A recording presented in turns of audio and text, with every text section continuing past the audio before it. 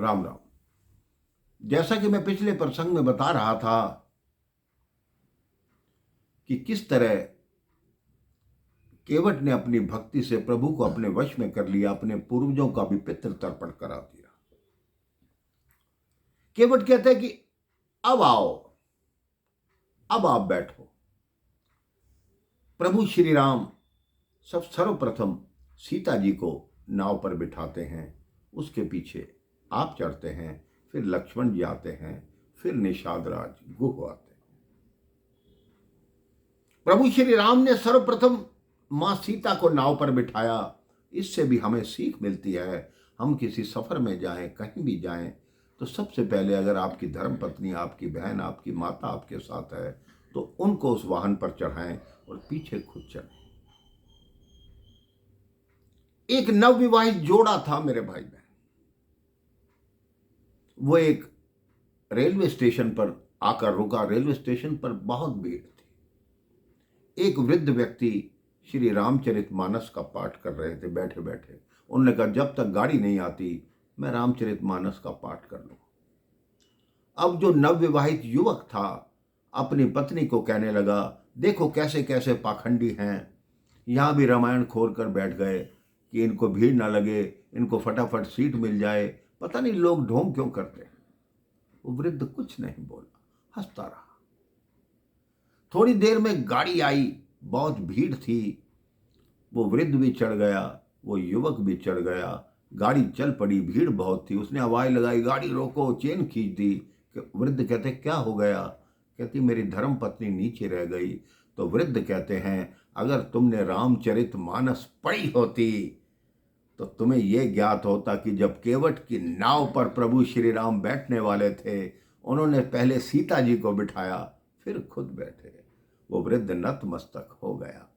प्रभु श्री राम ने हमारे लिए उदाहरण प्रस्तुत किया है मेरे भाई बहन, कि अगर आपकी अर्धांगिनी है, आपका अर्धांग है, आपकी वामांगनी है, तो उसका पूरा पूरा ध्यान रखना चाहिए। अब केवट की नाव में बैठ गए। केवट की नाव में जब बैठने लगे तो गंगा जी ने केवट के चरण धो लिए। कहते तुम धन्य हो केवट, तुमने आज मुझे नारायण से मिलवाया, मैं तुम्हारे चरण धोती हूं। अब नाव में बैठे, आकाश में कभी सूर्य निकलता है, कभी आगे बादल आ जाते हैं। दोनों में होड़ लगी हुई है मेरे भाई बहन। सूर्य बादलों कहता है हटो, वो सूर्यवंशी हैं, मुझे उनके दर्शन करने दो। बादल कहते हैं नहीं, उनका जो वर्ण है वह मेघ जैसा है, इसलिए वो हमारे इष्ट हैं, तुम हटो।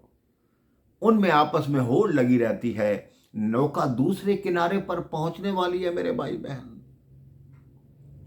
केवट कहता है अगर मैंने नौका उस किनारे पहुंचा दी है तो अभी उतर कर चले जाएंगे, फिर मुझे कब दर्शन होंगे। केवट ने नौका घुमा ली।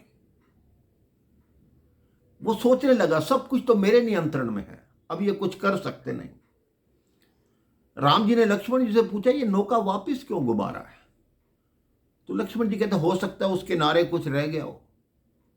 केवट वही नौका को कभी इस किनारे कभी उस किनारे के बीच में घुमाने लगा। राम जी ने कहा तुम ये क्या कर रहे हो? हमारा नौका पे बैठने का पहला अवसर है, इस तरह मत घुमाओ।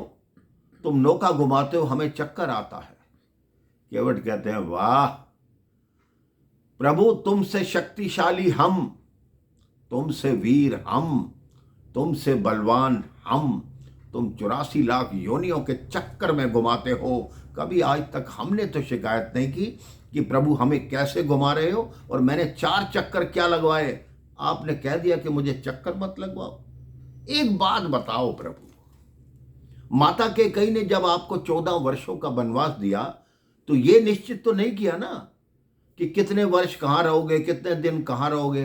उन्होंने कहा नहीं। तो कहते फिर ऐसा करते हो 7-8 दिन मेरी नौका में रहो, मैं नौका ही घुमाता रहूंगा, आप किसी प्रकार की चिंता मत करो।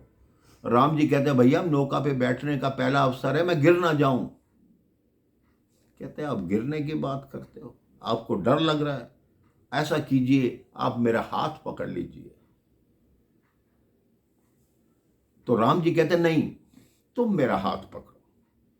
कहते नहीं प्रभु आप ही पकड़िए, वैसे भी हम जैसे दीनहीन का हाथ कोई पकड़ता नहीं है, क्योंकि मैं पकड़ूंगा तो छूट जाएगा, आप पकड़ेंगे तो छूटेगा नहीं, क्योंकि मुझ में तुझ में बस भेद यही, मैं नर हूं आप नारायण हो, मैं हूं संसार के हाथों में, संसार तुम्हारे हाथों में, संसार तुम्हारे हाथों में, अब सौंप दिया इस जीवन का सब भार तुम्हारे हाथों में, निराकार तुम्हारे हाथों में। इसके पश्चात केवट से और क्या क्या वार्ता हुई ये मैं आपको अगले प्रसंग में बताऊंगा। राम राम, जय श्री